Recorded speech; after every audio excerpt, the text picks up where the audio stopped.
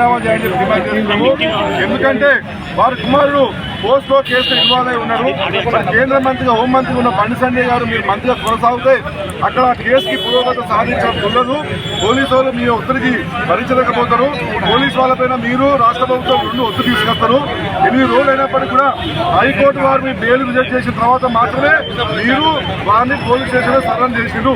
ఇప్పటికి కూడా అసలు భగీరథ్ సరెండర్ అయినా పోలీసు వాళ్ళు అరెస్ట్ చేసిన విషయం కూడా క్లారిటీ లేని సిచ్యువేషన్లో తెలంగాణ ప్రభుత్వం ఉన్నది. మరి మీరు మాటికి ధర్మము దేశమని మాట్లాడతారు.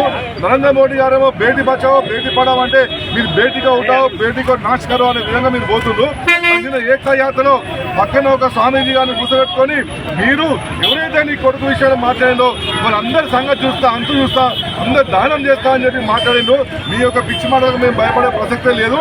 నైతిక బాధ్యత వహించి వెంటనే మీ కొడుకు మీద కేసు మొత్తం క్లియర్ అయినంత వరకు మీరు రాజీనామా చేయాలని చెప్పి మేము కరీంనగర్ గడ్డ నుంచి మేము డిమాండ్ చేస్తున్నాం.